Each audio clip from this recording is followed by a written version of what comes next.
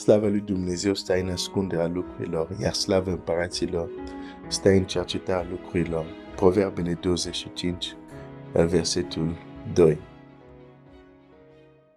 Estera,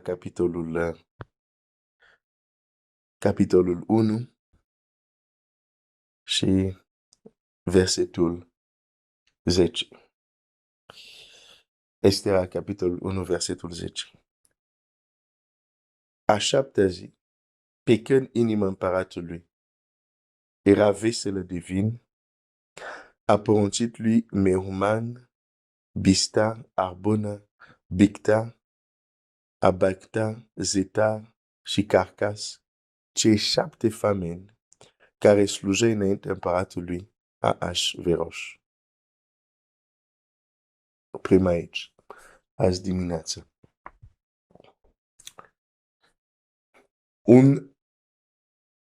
Un lucru important când vorbim de împărație, există împărat, există tronul împăratului, există palatul lui,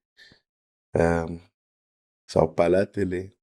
Un rege nu avea neapărat doar, dar avea un palat, să zic, principal, chiar dacă putea să aibă mai mult decât unul. Dar, deci e împărat, e tronul lui și împăratul are un popor, da, care e poporul care locuiește în împărăția lui, sau popoarele, mai bine spus, și are slujitori, cei care slujesc împăratul. Printre cei care slujesc împăratul, și aici există o anumită deosebire. Există unii care sunt și mai aproape de împărat.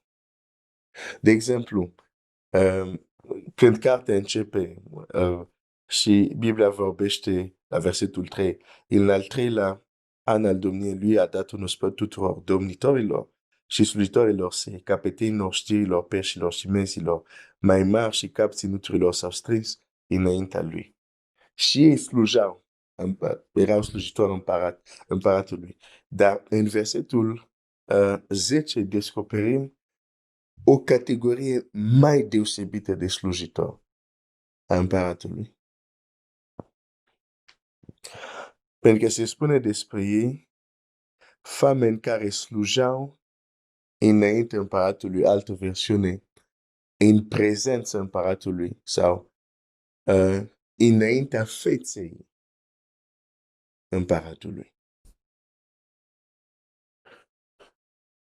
De exemplu, domnitori de ținut sau alți slujitori care slujau împărat nu slujau în prezența lui, înaintea feței împăratului. Slujau fiecare acolo unde era, în ținutul lui sau în departamentul, să zic, din palat, unde era trimis să lucreze. Dar erau 7 fameni care aveau o proximitate cu împărat. Era mai aproape de împărat. Pot să zic, avea un acces special la împărat, deși toți erau slujitori împăratului.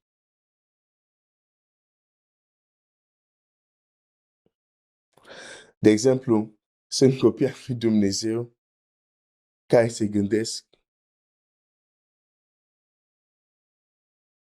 suntem toți copii al lui Dumnezeu. Da? Suntem toți copii al lui Dumnezeu, dar toți copiii al lui Dumnezeu nu sunt la fel. Și aici mă refer, toți copiii al lui Dumnezeu nu au același acces la împărat.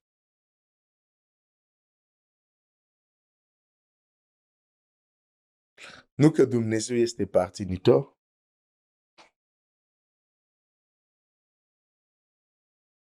dar nu toți copiii al lui Dumnezeu au același prioritate.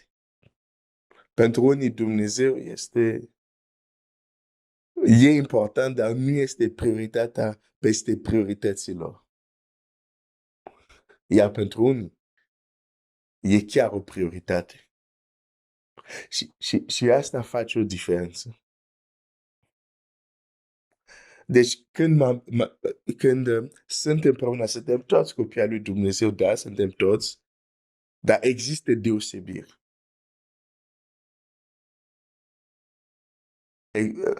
Numai de mult vorbeam de maturitate. De exemplu, există deosebiri în maturitate. Unii sunt copii, unii sunt mai tineri, au mai crescut, alții sunt părinți, adică s-au maturizat. Există deosebiri în ceea ce privește accesul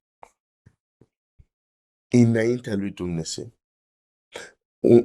Un om cum este Daniel avea un acces deosebit înaintea lui Dumnezeu, că atunci când ar trebui să afle visul împăratului și talmacirea lui, a știut ce să facă și noaptea Dumnezeu i-a descoperit, pentru că era un om care avea un acces special în prezența lui Dumnezeu.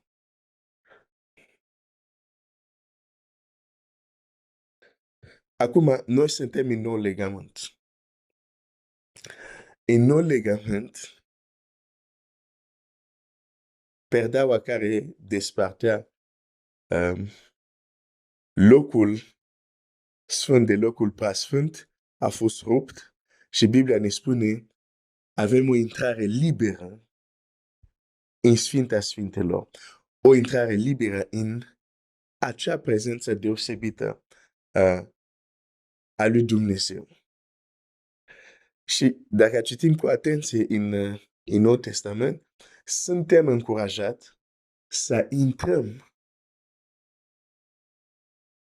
De exemplu, în Evrei, apropiați-vă cu încredere de scaunul de îndurare a lui Dumnezeu, ca să fim ajutați, să capătăm îndurare și să fim ajutați la vreme de nevoie. Suntem încurajați. Deci, nu pentru că am primit acces, nu pentru că acces este deschis, înseamnă că am intrat. Suntem încurajați să intrăm. Ok, accesul este deschis. Suntem încurajați acum să intrăm în acea prezență deosebită a lui Dumnezeu, pentru că jertfa Domnului Iisus ne-a deschis, ne-a dat acces. Avem. Dar nu înseamnă că și intrăm. Nu înseamnă că folosim acest acces. Și un lucru care face deosebire printre slujitorul împăratul împăraților este accesul care îl ai în prezența lui. Deși toți avem același acces, că calea este deschisă, dar nu toți intrăm. Alții intră mai des decât alții. Alții nu intră aproape deloc. Alții intră, nu numai că intră des, dar stau foarte mult acolo. Și încep să vezi anumite deosebiri între unii care încep să trăiesc chiar de acolo, chiar în prezența lui Dumnezeu, nu numai când se roagă, dar și când nu sunt neapărat în timpul când se roagă. Ți amintești, de exemplu, de Ilie care spune, când se întâlnește cu împăratul Ahaz, sau Acab, cum se mai zice în limba romană, nu mai știu exact, dar îi spune așa, Dumnezeu în fața căruia stau este viu. De fapt, care este expresia exact? Hai să citesc. Un împărat, 17. Ok. Versetul 1. Ilie Tishbitul, unul din locuitori Galadului, a zis lui Ahab, viu este Domnul Dumnezeu lui Israel, al cărui slujitor sunt. Căci că în anii aceștia nu va fi nici rouă, nici ploaie, decât după cuvântul meu. Ceea ce este talmacit aici, a care slujitori sunt, Înseamnă, alte versiuni spun, Dumnezeu în fața căruia stau, sau în prezența căruia stau. Pentru că asta, de fapt, era expresia, cei care slujeau împărat, efectiv, cei mai apropiat, cum, de exemplu, vedem acești 7 ucenici, efectiv, Biblia zice, slujeau în prezența împăratului. De ce se specifică în prezența împăratului? Pentru că împăratul avea mulți slujitori, dar exista o categorie care slujeau chiar în prezența lui.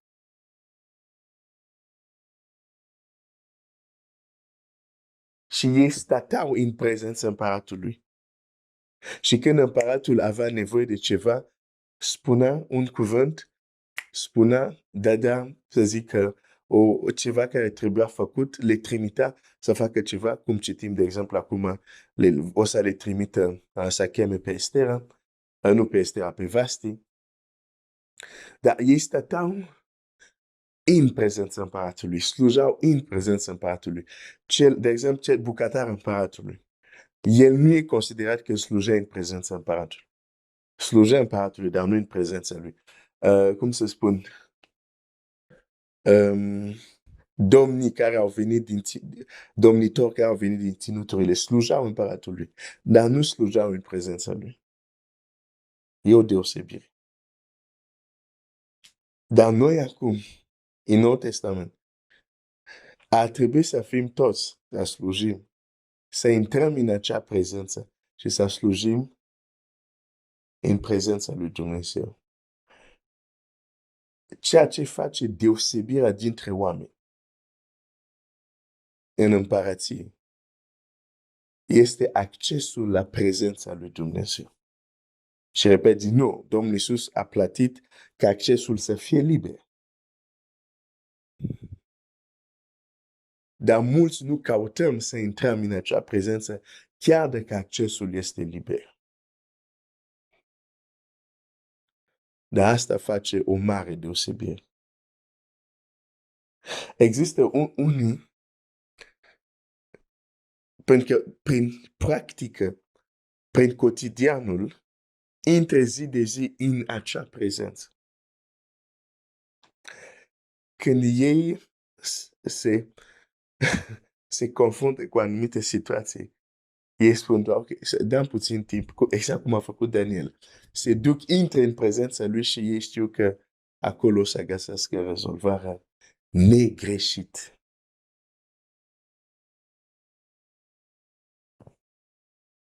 Deci Biblia nu ne vorbește doar să ne rugăm. Biblia zice, apropiați-vă dar. Deci există o realitate care se numește a se apropia de prezența lui Dumnezeu. Și când vorbim de această prezență a lui Dumnezeu, nu vorbim de, cum se numește asta? Nu vorbim de omniprezența lui Dumnezeu. Că de omniprezența lui Dumnezeu n-ai cum să te apropii. Că e deja unde ești. Dar, Evrei 4:16, să ne apropiem dar cu deplină încredere de scaunul harului, ca să capătăm îndurare și să găsim har, pentru că să fim ajutați la vreme de nevoie. Să ne apropiem, dar cu deplină încredere. Dar creștinii se apropiau în mod automat, pentru că sunt creștini, pentru că sunt mântuit și automat se apropiau de această prezență, de acest tron. Textul ăsta nu ar exista. Nici alte texte care ne îndeamnă la același lucru, poate cu alte cuvinte, dar care ne îndeamnă la același lucru. Nu ar exista. Există tocmai pentru că putem fi mântuit. Putem fi copii al lui Dumnezeu și deși acces este deschis, în prezența împăratului nostru, noi să nu folosim, să nu intrăm.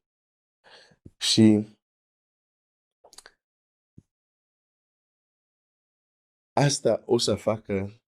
asta face o mare diferență în viețile noastre.